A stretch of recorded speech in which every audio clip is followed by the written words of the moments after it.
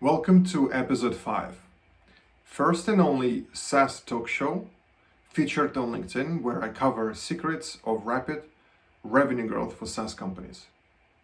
If you're watching this episode for the first time, check out our other series at our LinkedIn company page. I'll also leave a link to SaaS Growth Ventures in the comments below. I also include a bonus surprise specially for you at the end, so grab a pen and paper since you would need to take some notes. Great. Without further ado, my topic today is, what do investors look in B2B SaaS companies? You see and hear a lot of news and press where B2B SaaS companies that get funded, and there's also plenty of cases the company don't. It can be crushing for the founders to get the news from investors that their company did not receive funding. It is even more disappointing when founders do not know exactly the reason why they were not chosen, or why their pitch did not receive enough attention. So this episode will help to shed a light on the funding process and will help founders assess their strengths and weaknesses and focus on the areas they can improve in order to succeed. What I plan to share in this episode is not only my structural analysis, but also a criteria that has been established for over many years. One particular process that I follow is one of the Warren Buffett's. Warren Buffett and his team identify companies in which they see a long potential. Therefore, the investment will be for a long term, from 5 to 10 years. The same goes for the startups. The ones chosen have a long-term potential for investment. So what are the criteria for companies that look good to investors, you might ask? Well, there are 4 major components, regardlessly of the startup stage, that investors are looking to identify solid B2B SaaS companies they can invest in. Again, my evaluation analysis follows the process of Warren Buffett, who I followed and learned from over 5 years of my investing career.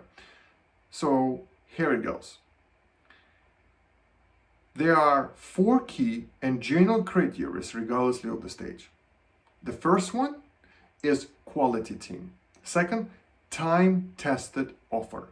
Third, sustainable competitive advantage. And the fourth, traction and economics of scale. So let's cover each in detail. It is important to note that, like everything, there is a nuance and detail to each of 4 criteria. And in general, the later the stage, the more specific and button up the answers to those categories needs to be. Well, why, right? In an example of more mature businesses, there is a lot more data and proof points available, and therefore the expectations are much higher. So let's start with first, quality team. What is assumed under quality team? Let's look at the founder's superpower and what they bring to the table. Ideally, investors want to see more than one founder representing the startup. What makes a quality team in the eyes of the investor? Well, as the word team applies, team means more than one person. Having 2 founders representing the company's ideal. What also carries the weight is the founder's experience and deep understanding of the industry. Having at least 5 years of experience speaks volume and shows investors that the founders are in know and understand their customer needs and are able to offer unique solutions that directly address those needs. The investors also look at knowledge and skills each founder possesses. A good combination is when one founder has a product knowledge and other possesses superb technical skills. The company with 2 founders at the top of their game is able to progress faster and execute better than a single founder. Remember, investors do not invest companies. They invest in human talent. So what qualities and characteristics investors value the most? I'll give you some examples. I'm sure you know, strong work ethic, ability to have vision and know how to execute it successfully, exhibit consistent performance and always deliver on results, be open to feedback, think fast and even act faster, be genuine and have a good follow-through.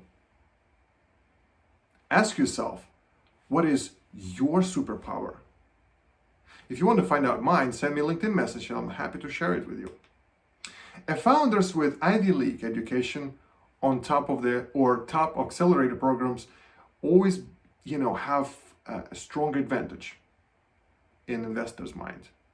What also carries a big weight is the founder's time-tested partnership and actually history working together, such as being part of a prior startup or working on the same project. By working together for a long time, each partner knows each other's strengths and weaknesses and can complement each other well. The huge plus for the founders, if the company has at least 2 corporate executives as an advisors, having either one of VC or some sort of a venture investor can also play in your favor. Maybe you are too early, but you got a venture investor who is advising you, informally of course, or willing to vouch for you from the space is really important. The one factor I want to focus close attention is quality of the team and diversity factor. How are the 2 founders different? Gender differences play a big role. So does the culture differences between the team members. The diversity helps to look at problems differently. When people think the same and they have the same mindset, it is much harder to evaluate the problem from all the angles. When 2 founders think the same, look at the same and at the same problem, they can actually miss a true perspective of the problem in the first place. It is best to look at the issues differently and then choose the most ultimate solution. Therefore, having some diversity factor in a team can actually serve entire team in the best way possible. In a specific example, let's say you have a member that comes to your team with a military experience. A benefit to the team is that this person with a military experience has a razor-sharp focus, is very diligent, and can execute things much faster. That person can also add more discipline value to the team, unite the team in challenging times, and be the mentor.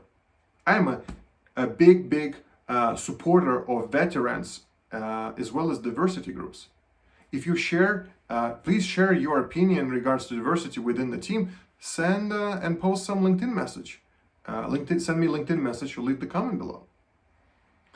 All those factors I just described make the company stronger and underscores what it means to have a quality team. So let's look at the second component, time